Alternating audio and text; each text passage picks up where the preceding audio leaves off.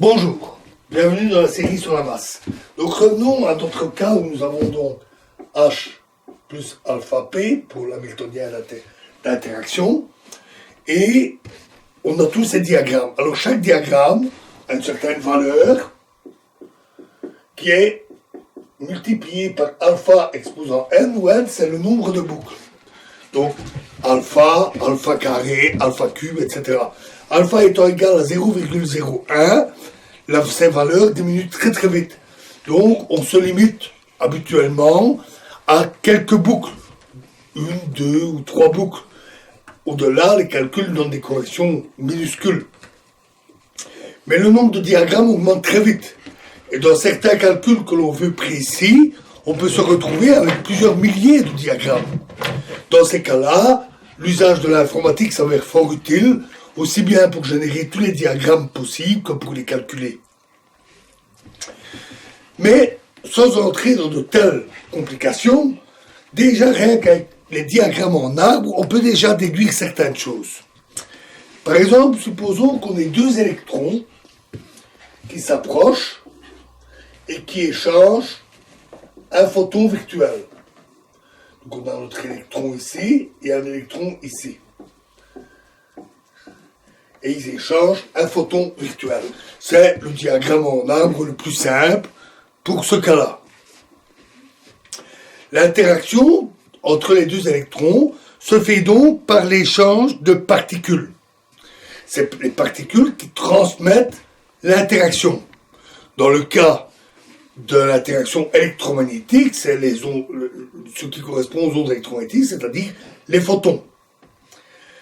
Notons d'ailleurs que ce type de modèle a déjà été utilisé avant qu'on élabore toute la théorie concernant la théorie des champs, la théorie des perturbations, les diagrammes de Feynman, etc. Les méthodes simples comme celle-là avaient déjà été suggérées et utilisées. Si on fait un calcul précis, on trouve par exemple que l'interaction est attractive pour des charges opposées, répulsive pour des charges identiques, et on retrouve la loi classique d'interaction électrostatique, la loi de Coulomb, de l'électromagnétisme. Comment se comporte l'interaction avec la distance ? Bien, on peut dire ce qu'on appelle la portée des interactions. Ont-elles une portée finie ou pas ? Et comment ça se comporte-t-elle avec la distance ? On peut faire un raisonnement assez simple, qui bien qu'approximatif, donne une idée. Et les calculs à faire sont fort simples, je ne vous les donnerai pas ici, mais si vous voulez les mener, ce n'est pas très difficile. D'abord, si un photon apparaît au niveau d'une charge électrique, cela n'est possible, un photon avec une certaine énergie, cela n'est possible que si l'énergie est indéterminée. C'est-à-dire si le principe d'indétermination énergie-temps l'autorise. Et donc, si la durée de vie du photon ou de la particule échangée, delta T, est suffisamment petite, en se rappelant que delta T fois delta E est toujours supérieur ou égal à H sur 2pi, donc environ égal. Donc pour avoir un delta E suffisant, il faut un delta E petit.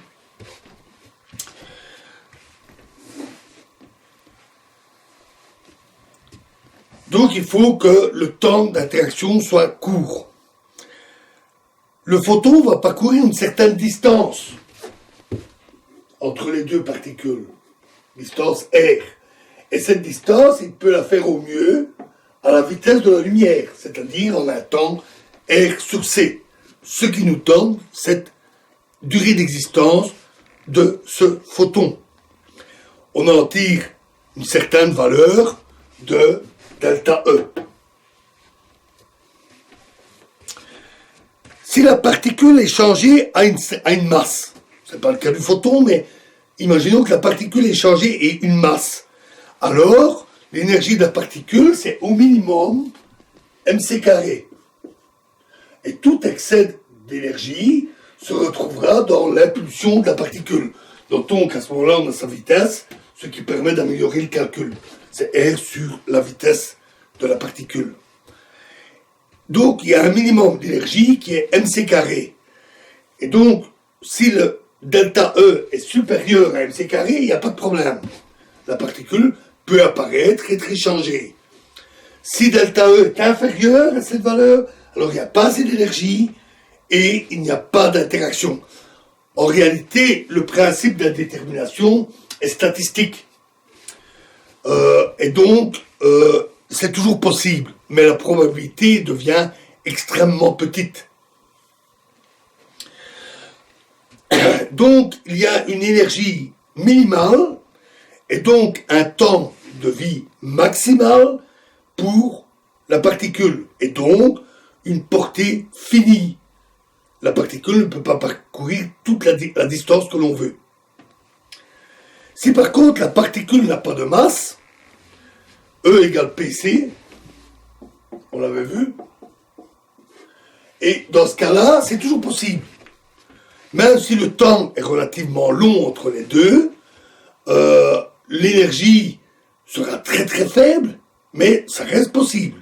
On peut avoir un photon mou, un photon de très faible énergie qui est échangé. L'énergie étant 1 sur delta T, cela veut dire que l'énergie, puisque delta T est proportionnel à la distance, l'énergie va être de l'interaction, va être en 1 sur R.